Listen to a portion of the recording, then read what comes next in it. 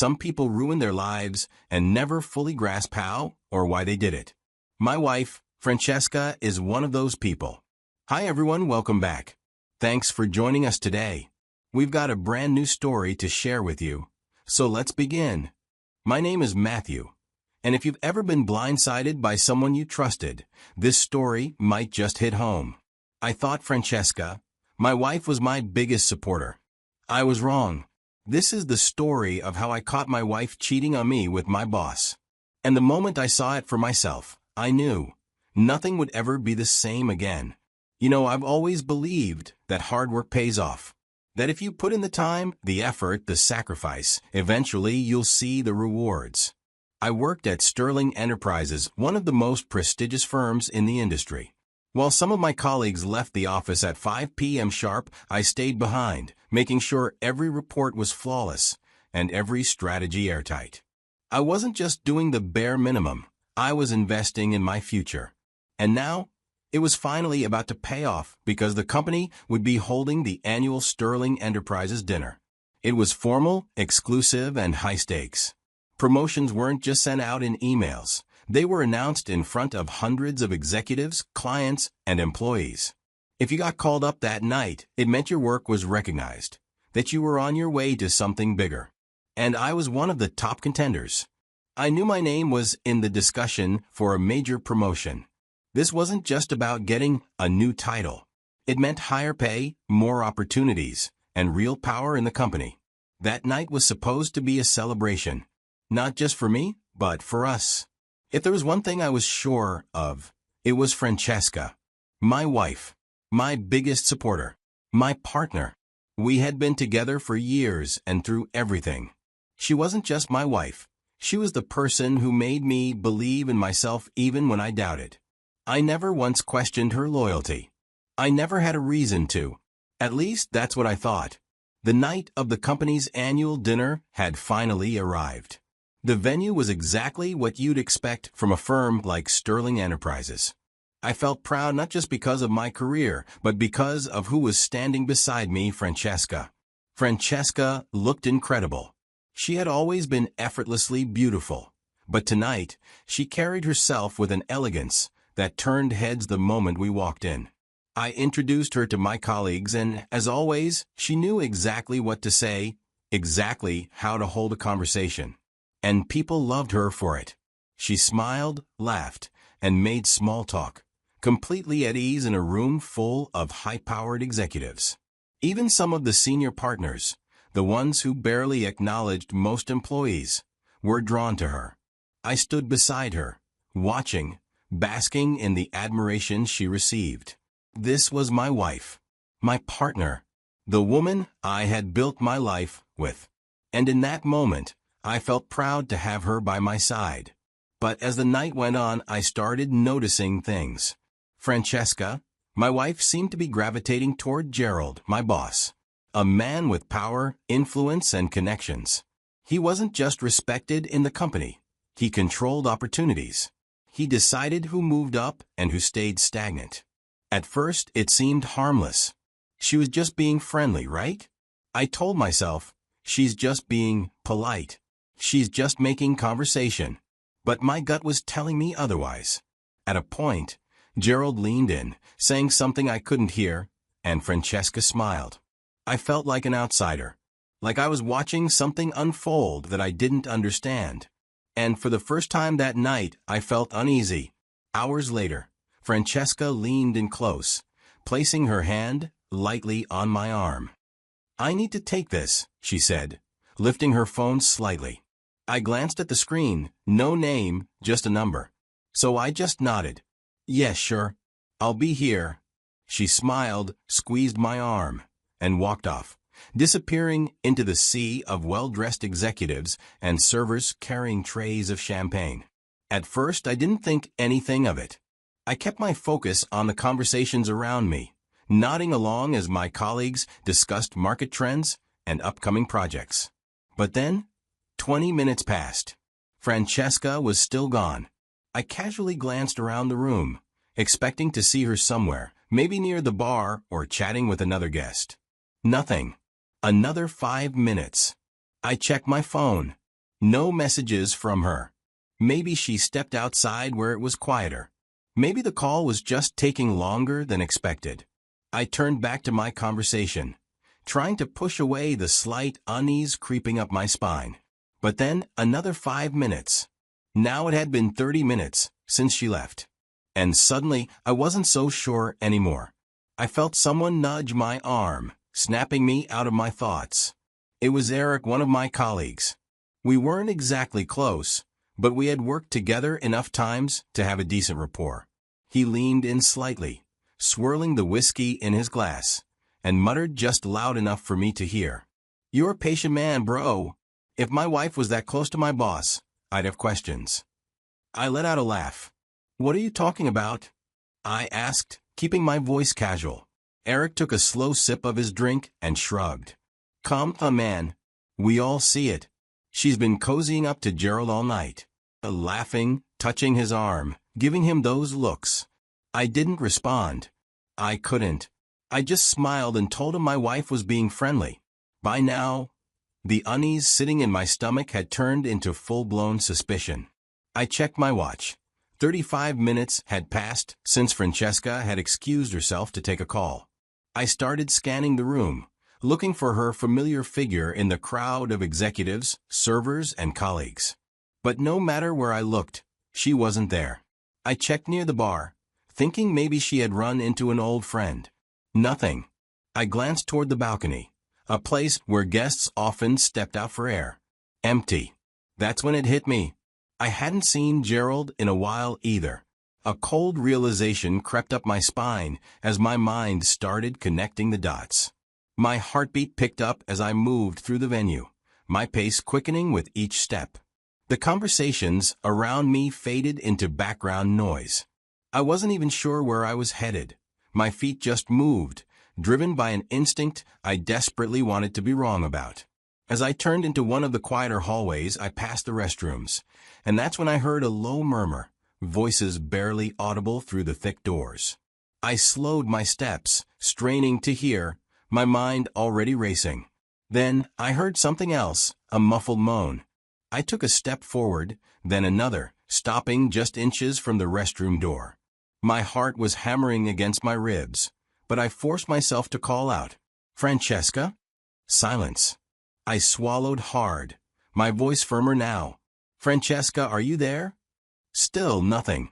A rustling sound followed, the kind of noise people make when they've been caught doing something they shouldn't be doing. That silence, that hesitation, it told me everything. My patience snapped.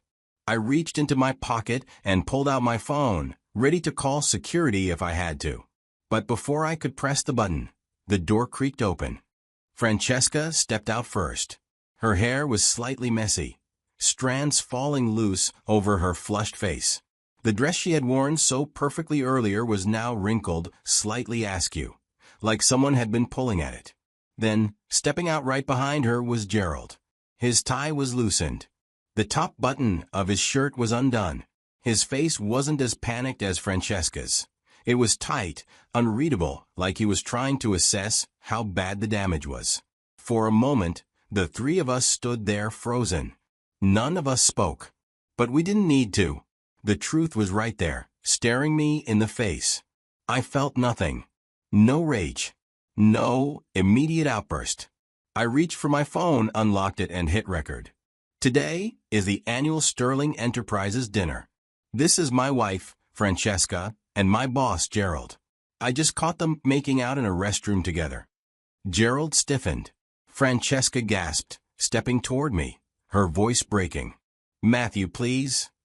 I lifted a hand, cutting her off. I wasn't interested in excuses. I wasn't interested in explanations. I kept the camera on them for a few seconds longer, watching as their perfect little lie crumbled under the weight of the truth. Then, without another word, I stopped the recording and walked away. I didn't say a word to either of them. There was nothing to say. Nothing left to fix. I didn't need an explanation from Francesca or a weak apology from Gerald. I left her behind and drove home alone. I didn't care about the promotion anymore. While driving, my phone buzzed, vibrating in the passenger seat. A text. Then a missed call. Then another. I didn't even look at them. I didn't want to hear her voice. An hour later, the door creaked open. Francesca stepped inside, her face streaked with tears, her makeup smeared. She looked like she had been crying for the entire drive. But honestly, I didn't care. She didn't even say anything at first, just stood there, eyes searching for me, desperate for some kind of reassurance, some kind of excuse to fix things. Matthew, I held up my hand, stopping her before she could say anything more. Don't. That was all I said. I didn't want to hear her explanation. I didn't want to hear how sorry she was. The moment I caught them, everything changed. The rest of the night, there was no yelling, no arguing, just silence. We didn't speak another word. I sat on the couch, staring at the TV with no interest in what was on. She stood by the door for a while, her body language pleading with me to say something. But I couldn't. And I wouldn't. By the time I went to bed, the texts and calls had piled up. Colleagues had somehow heard about what happened.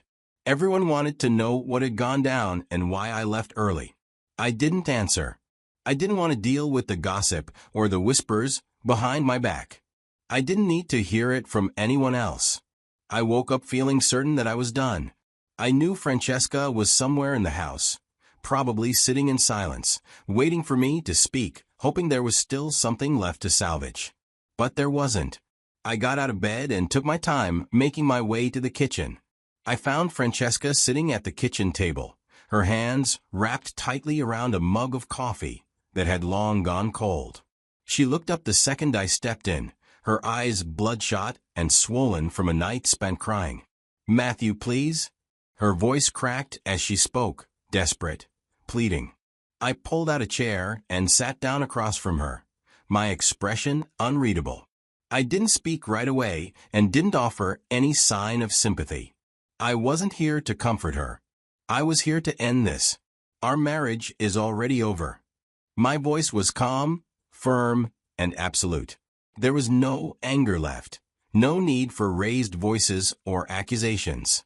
The damage had already been done. Francesca flinched, as if I had physically struck her. "No, Matthew, please, it was a mistake. I messed up, I know I did, but we can get through this. I love you." I let out a short laugh, shaking my head.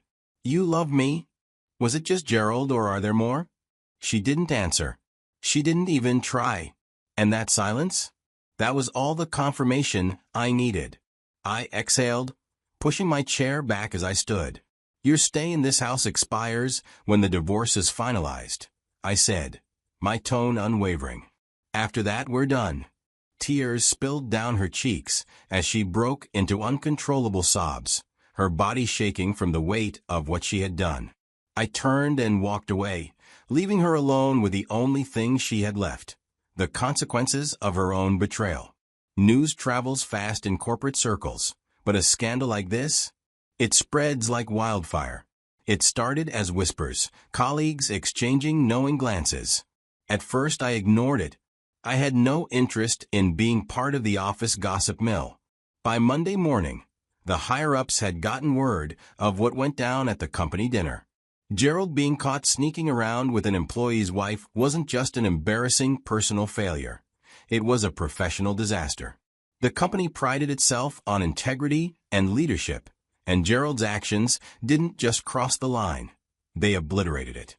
An internal investigation was launched, and as they dug deeper, they found something that didn't surprise me at all. Gerald had a history of affairs within the company. Francesca wasn't the first. Turns out, he had used his position to pursue multiple women in the workplace, manipulating situations to his advantage. Some were consensual, others were blurred lines of coercion masked as mentorship. HR had turned a blind eye before, but now they had evidence, witnesses, and a scandal too big to ignore. By the end of the week, Gerald was placed on leave. A week later, he was fired. Just like that, his career, his entire reputation was destroyed. The powerful, untouchable boss who had once decided the future of others had his own future ripped away.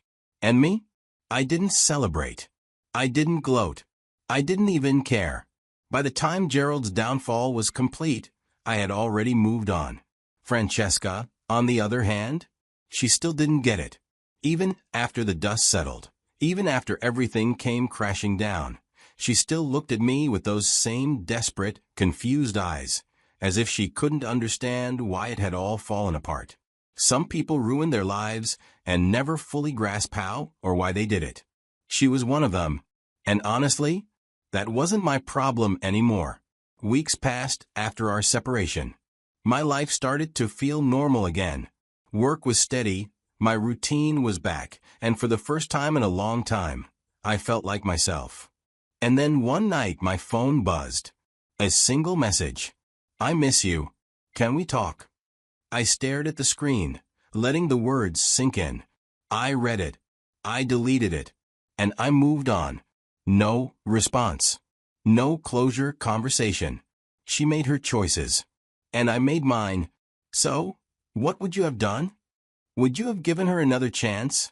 Would you have stayed and tried to fix it? Or would you have done what I did? Walked away? No second chances, no explanations. Here's the truth. Some betrayals can't be undone.